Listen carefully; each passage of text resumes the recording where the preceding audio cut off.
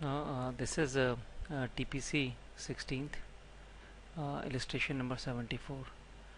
Now see, in this question there is a given set X having a number of elements all different from each other, and then subset, there are m subsets of X are formed, P1, P2, P3 goes on.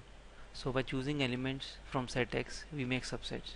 First of all we are making subset P1, right, and then we are replacing back the elements of P1 and then forming P2. So we are replacing back and forming P2. So subsets can have common elements, same elements, and then P3 goes on till Pm.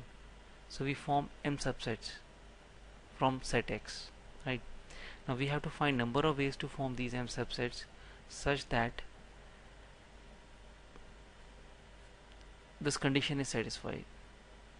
This condition meets Pi intersection Pj equal to empty set. It means P1 intersection P2 should be empty, P2 intersection P3 should be empty, taken two at a time. Out of m sets P1 to Pm, taken two at a time, they should be empty. So it means taken two at a time, they should not have a common element, right. Now let's see how we do it. The approach we're going to follow is almost same as the approach we followed when we discussed 71, illustration 71, 72 and 73. That is, we divide this job into n jobs, where a job means deciding about the element in the present in the set X. So first job is deciding about A1, second job is deciding about A2, third is A3, goes on. So A1, if we take A1, so like see, A1 we have to find the number of ways to decide about A1 such that Pi intersection Pj should be empty set. So it means that like A1 should not go to any of the two subsets from P1 to Pm. Suppose if A1 goes to P1 as well as A1 goes to P2, we are deciding about A1 like in which of the sets A1 can go. If A1 goes to both P1 and P2, so when I take intersection of P1 and P2, it is not empty, it has element A1 inside it, common element is A1. So it means this condition is false.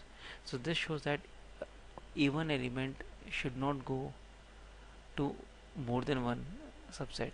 So it can go to either P1 or to P2 or to P3, right. It can go to P1 or to P2 or to P3, goes on till Pm, or one option is it goes to none of the sets, none of the subsets. So there are m plus 1 option for A1 element, right. M plus 1 because P1 is not allowed, A1 is not allowed to go to more than one subset. If it goes, then if suppose it goes to 2 or 3, then the common of them would not be empty set. So it can go to either of P1 to Pm, or it goes to none of the sets. So there are m plus 1 options for P1, and similarly for P2 we'll have m plus 1 options, same logic. For P3 also m plus 1 options, this goes on.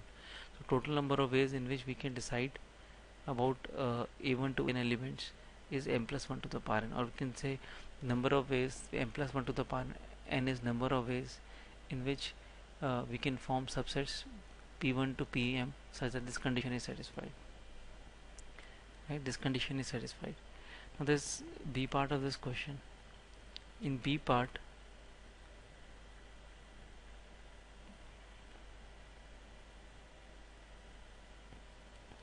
we have to find probability of this event. P1 intersection P2 intersection P3 intersection P4 goes on till Pm should be empty. So you can see the difference between this question and last question. This time like all the subsets P1 to Pm should have no common element because their intersection is phi. It means there is no common element in present in all of them.